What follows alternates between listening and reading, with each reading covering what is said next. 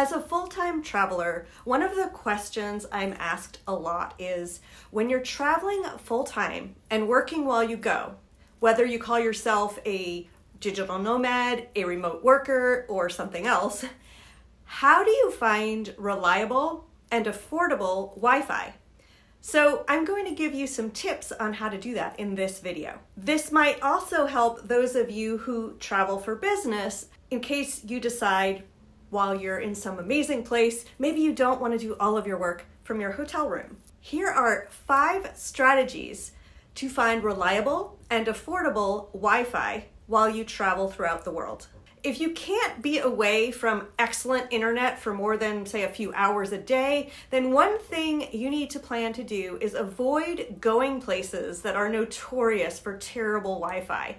There's a city I was in Costa Rica where the entire town had to share 2 gigabytes of bandwidth. And when there was a big event there, it was impossible to get on the internet. Another city I was in Argentina, it was painful to access the internet. It was honestly worse than I recall dial-up being. So try avoiding places that are known for terrible Wi-Fi. Okay, but how do you figure out what places have bad Wi-Fi? You do it the same way that you would research whether there's good Wi-Fi in the places that you book to stay. Here's how. If you use booking.com, there are actual rankings for Wi-Fi in the global review section for each property. It's pretty handy. Another way to research great places with good Wi-Fi is a website called Nomad list. I'll drop the URL in the description below.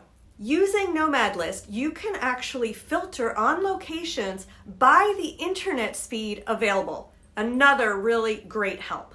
Another strategy I use as I'm traveling is if I have a really important day of meetings or interviews and I do not want to risk any chance of bad Wi-Fi, this is where I'm going to cash in my Marriott points and stay at a property where I know that I am guaranteed great internet speeds, because I know other people will be working there as well. So if you aren't already doing it, invest in a credit card that gets you free stays at your favorite hotel chain and use those free nights to ensure reliable and affordable Wi-Fi when you need it.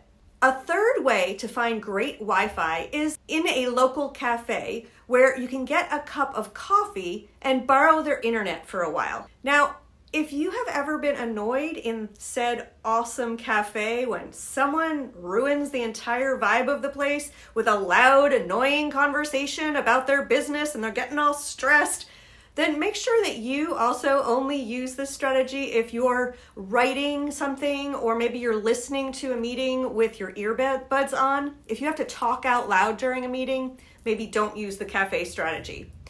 Of course, you could invest in a co-working space, but even though they have great internet, no doubt, they can be very costly if they don't have per hour rates. And I have found in some countries and some cities that you have to pay a daily fee, which is just too expensive. Finally, a great backup strategy to use in case all these other ideas fail is to get a local SIM card with an unlimited data plan that allows tethering. If you're not familiar with the word tether, it means that you can connect your computer to your cell phone as a personal hotspot. This is also great if you're in that wonderful cafe and it's just so full of other awesome people using all the Wi-Fi so the speeds slow down.